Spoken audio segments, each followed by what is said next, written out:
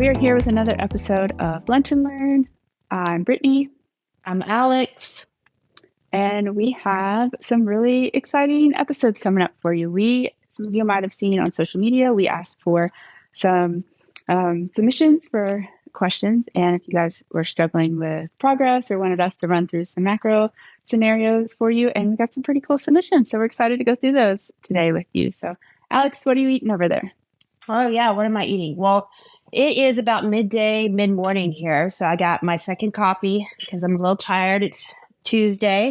And then I got a banana because I'm about to go work out here in a little bit, and some cereal. I found some cereal at Costco. It's the brand, I think, is called like 7 Sundays or something. Anyways, it looked really good. It had a little bit it's made with sunflower seeds, sunflower protein. Anyways, it has a little bit of protein, cocoa flavor. It's a fun heart shape. I don't know, something fun, a nice little pre-workout snack, carbohydrate deal. What about you? Nice. I am real life, folks. It doesn't always go the way you think it's going to go. I had all of these plans to make this wonderful lunch because it's 12:45 on the East Coast. That didn't happen. I got behind. So I have a protein shake. In real life. That's what we got. Drinking out of a straw, too. So here we go. Straw game. All right. So we're going to do 2 of these episodes. Yeah. So we have 2 client scenarios. We're going to roll in with this first one. And what do we got?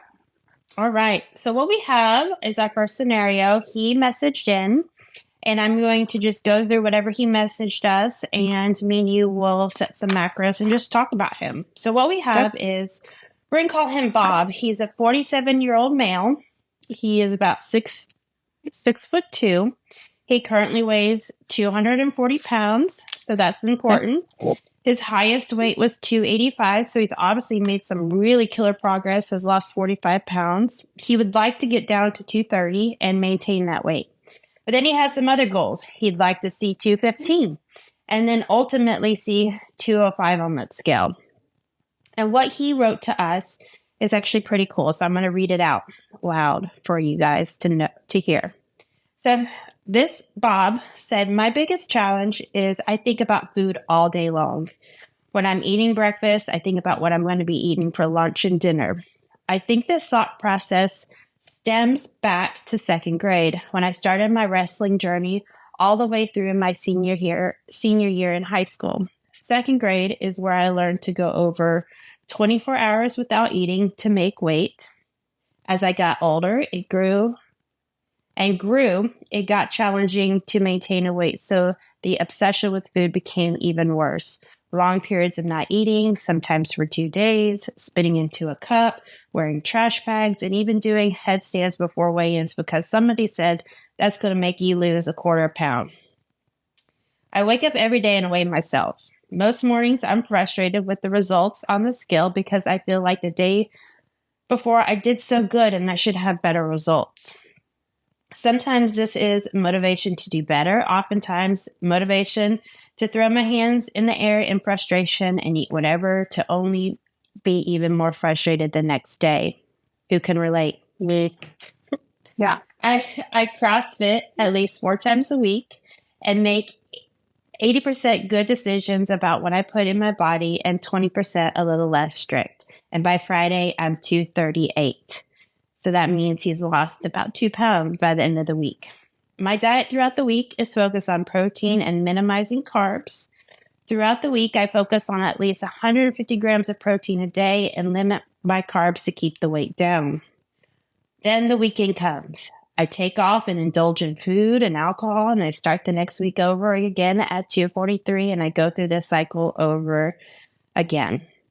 I am definitely pleased with my current weight compared to the high 280s in the way that I move and feel, and my pant sizes matching my college freshman days. When I started CrossFit, I was consistently 233 and haven't seen that in a long time.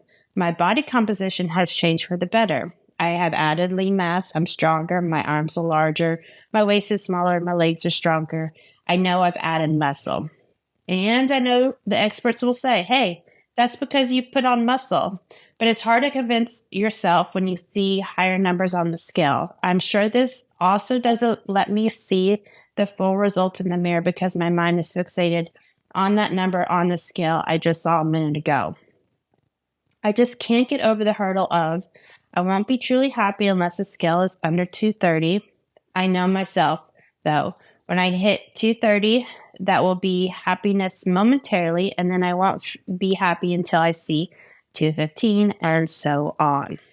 So that is what Bob wrote in, which thank you, Bob, for sharing all that wonderful information. Granted, his name is not Bob, by the way, guys. That's the name we gave him. But yeah, so let's go ahead and start with just setting his macros. Just off of this basic information of I saw you were writing down some things as I was chatting. He is currently 240. He is 6'2", so he's a taller gentleman. 47 years old. He CrossFits 4 times a week, so that's an important little tidbit. And he is looking to lose fat, obviously, because he wants to see that number on the scale go down a little bit. So, in my mind, okay, Brittany, let's see what you've got. What have you done so far? Okay, well, first off, I think just reading that story, I feel like so many people can resonate with that, right? Yeah. And I think we'll get into all that in just a second. But calorie-wise, I took 240 and did 15 as a modifier and got a maintenance calorie of 3,600. I think that's where I would land. And then I would settle right around 2,700 if fat loss is where we wanted to go. I think I'd probably go there. And where would you start? I think calorie-wise. Yeah. So you said 240 with a activity factor of 15. So I guess, do we need to explain what activity factors are? Or are we assuming that everybody is kind of aware of what that is? I think for this particular client, I think a lot of it is we're going to get into, we're 7 minutes in, we're going to get into a lot of the social implications of this client. But I think we're going to set macros and kind of figure out there's no right or wrong. I think Alex and I are probably going to end up with slightly different approaches to get to the same end here, maybe. But an activity factor is a number that we often use, that a lot of times we'll use as coaches or dietitians to, it's a short change way of using a oftentimes more scientific way of a Mifflin St. George or a other equation that is often used to figure out a calorie expenditure. Yeah. So nutrition coaches will often use an activity factor with what little amount we know about this person without knowing their basal metabolic rate or what they do for a living or something like that. So we're just taking what we know about this person, that they CrossFit, 4 to 5 times a week, I think you said, or 3 to 4 times a week. So, we don't know his true body composition or anything like that. So I chose 15, knowing he's a bigger guy. Yeah, and I was just going to say the same thing, is that I think that activity factor is pretty suitable for this guy. Just knowing that he's only CrossFitting 4 times a week, I don't necessarily know what he's doing the other 23 hours of the day. And then setting a deficit of about 25%, which I think that's where you got around 2,700 calories. And I think that's a good starting point. Just starting point as we're getting started. We're going to see how your body responds to about 2,700 calories and then go from there. So what kind of protein? Do you think that 150 grams of protein, or at least 150 grams of protein a day, is suitable for this guy? No way. He needs more. Yeah, I was thinking the same thing as I was reading that out loud, because 150 grams of protein at his current body weight, that's barely the minimum of what I would suggest for most individuals. At minimum, I usually suggest about 0.7 grams per pound of protein. If you are just wanting to lose any kind of body fat, but if you're active, you likely need much more than that. And he's kind of falling underneath that because 0.7 grams per pound of body weight for this gentleman at 240, I think is about 168 grams of protein a day. And so he's only consuming at least 150. So he's definitely falling short. So what were you thinking he needs in terms of protein? I had him at 190. That put him at 0.9. I'm thinking Okay, like yeah. he's thinking about food often, so we want to Yep. keep him full. Yeah. Protein, we know, is going to keep you full for the longest, along with fat, but protein is much lower in calories than fat per gram. So protein's the way to go. It also has that thermogenic effect of food that's going to, burn more calories just through digestion. So protein is a win-win there. Let's jack up the protein. If you go above 200, that gets tricky. It's hard to eat, let's be honest. So let's try 190, see what we can do. He's already at 150, so we're used to getting a higher protein diet. Adding 40 grams of protein, that's a shake plus some more meat. Like a core power elite, like you easily can get 42 grams of protein with a little protein shake like that. So that's a very specific brand, but yeah, it's super easy to consume an additional 40 grams of protein. Were you going to say something along with that, or? No, I just think like, for me, it's protein is the key. Like when someone is putting on lean mass and like we are already noticing that positive change, like keep that snowball going. Like protein. Like it's there. Yeah, absolutely. And I just agree with everything that you just said. Now, considering that he does CrossFit, where would you put his his daily fat intake at? I actually did fat a little, maybe on the higher end. I put it at 30%. I mean, I don't know if that's on the higher end. Maybe for a male, I tend to put my females maybe a little on the higher end, but I put fat 30 because I feel like this is a person who, he mentioned somewhere through there that he likes to keep his carbs lower. I actually don't have his carbs all that low, but I put fat at 30 because we've got a lot of calories to work with here. So let's put fat at 30 because we've got 190 grams of protein. You put fat too low, protein's going to get hard. So very tricky. 30% fat gives us 90 grams fat. That's great. Which is, it's a great amount. That means you can enjoy some higher fat protein sources to diversify, where you're getting your protein from. That way you're not always just consuming protein shakes or egg whites or chicken breasts that is super dry. You can enjoy some red meats, some whole eggs, maybe, all kinds of salmon, different things like that. So we're enjoying or eating 190 grams of protein does become much easier. Definitely. Yeah. What would you do?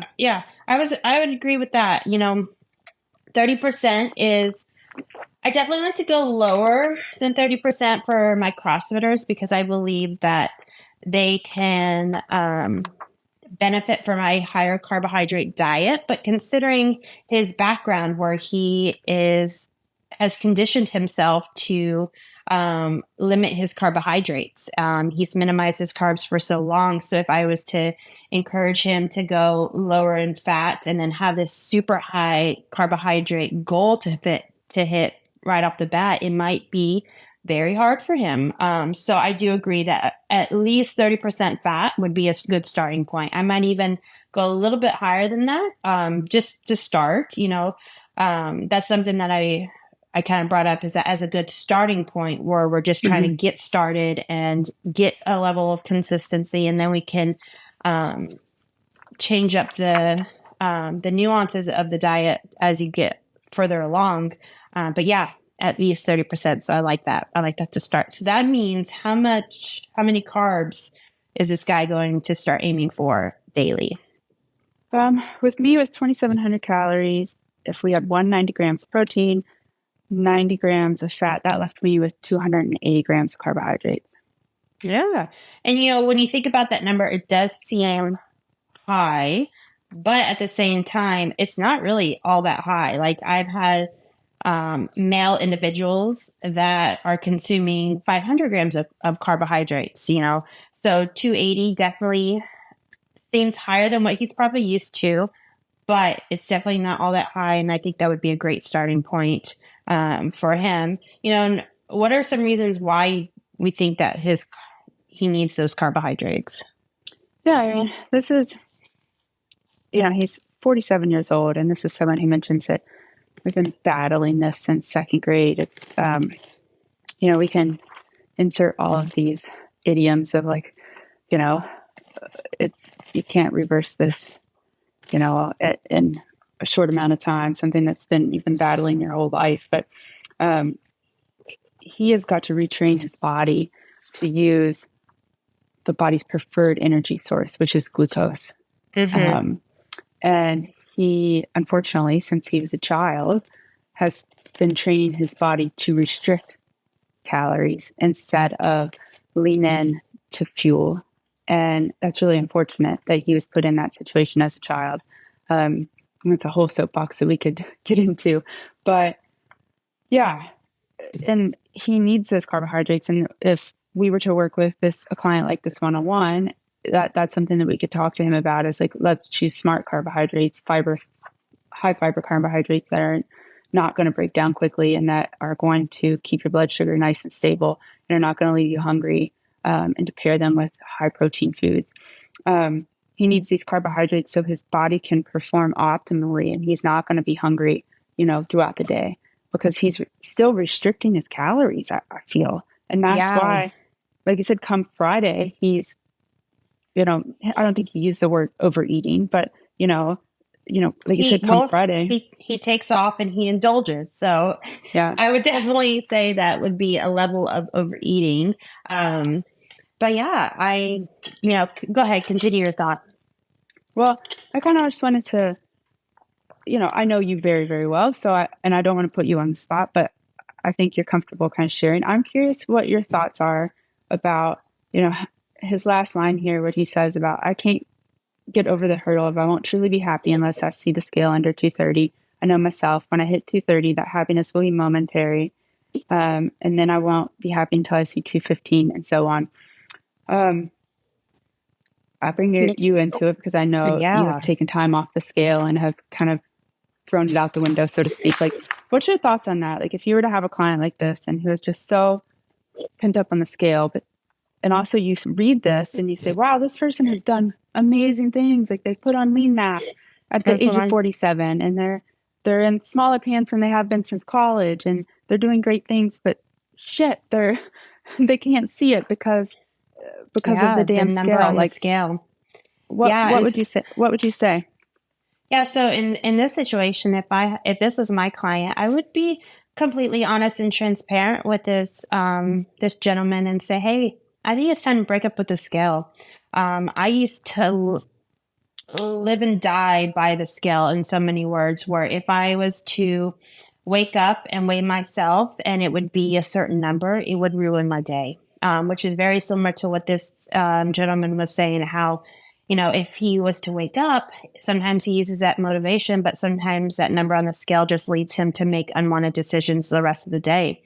And so in this situation, I would say, hey, guy, let's let go of the scale. I have personally broke up with the scale, and I haven't weighed myself for over almost 2 years now. I'm a registered dietitian. I track macros. I do all those things, but I don't weigh myself. I don't even know how much I weigh, nor do I care. And what I have found out is that I am generally happier, and I'm able to actually see my progress without knowing a number on the scale. I think it was like a happy accident. I went on a vacation and I just was like, I'm not bringing my travel scale. I just want to bring a little check-on bag. I was like limited with what I needed to bring. And so I was like, I'm just leaving it at home. And I got back and I immediately messaged my coach, or at my next check-in, I was like, I have been the happiest I've been.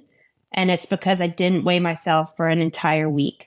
And so what I want to do moving forward is just stay off the scale. And so that was it. It was just like, I took that break. I actually was in tune with my body, with my feelings, with my mind. And I realized I didn't need that number anymore.